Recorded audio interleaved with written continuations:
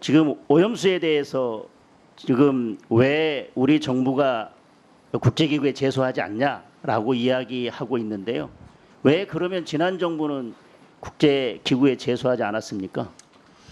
제가 이해하기로는 지난 정부에서도 국제기구에까지 제소하는 걸 검토한 걸로 알고 있습니다.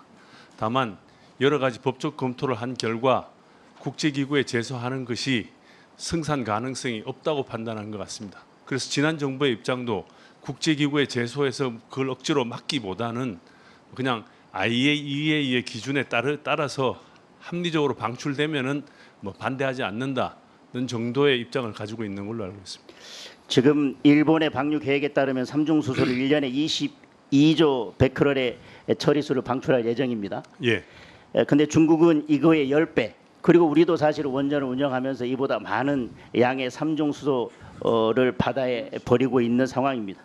지난 수십 년간 그렇게 했었지만 사실 안전성이 문제됐었던 적은 없습니다. 저는 지금도 마찬가지라고 생각을 하고요. 예. 이에 대해서는 어떻게 생각하십니까? 저희들이 93년에 큰 사고가 하나 있었습니다. 러시아에서 그 핵 폐기물을 동해 바다에 그냥 투기한 적이 있었습니다. 그리고 93년 이후에 우리나라 해역에 대해서 약 한 50군데에 대해서 계속해서 방사능 정도를 측정해 왔습니다. 그래서 지금까지 측정을 해오고 있었고, 그게 2011년, 2013년 지금까지 큰 변화가 없습니다. 그리고 또 말씀하신 것처럼 중국은 우리나라 서해 쪽으로 1년에 약 200조 이상의 베크렐을 삼중수소를 배출하고 있습니다. 우리나라 역시 190조 정도의 베크렐, 삼중수소 베크렐을 하고 있지만 아무런 안전상의 문제가 없습니다. 수십 년이 지금 지나도 우리나라 해역에는 특이한 그런 그 경향이 나타나고 있지 않습니다.